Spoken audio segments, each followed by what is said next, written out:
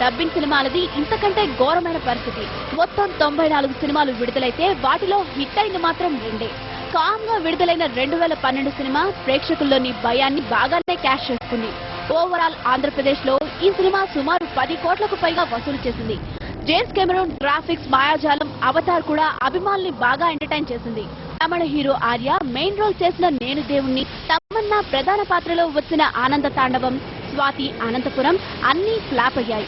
ఇక తమిళ గజని సూర్యకైతే తెలుగు ఇండస్ట్రీలో ఇది ఆల్మోస్ట్ ఆల్ బ్లాక్ ఇయర్. సూర్య నటించిన 2 చిత్రాలు వీరొకడే, గటికుడు చిత్రాలను మొదటి రోజే తన్ని తరిమేశారు తెలివైన తెలుగు ప్రేక్షకులు.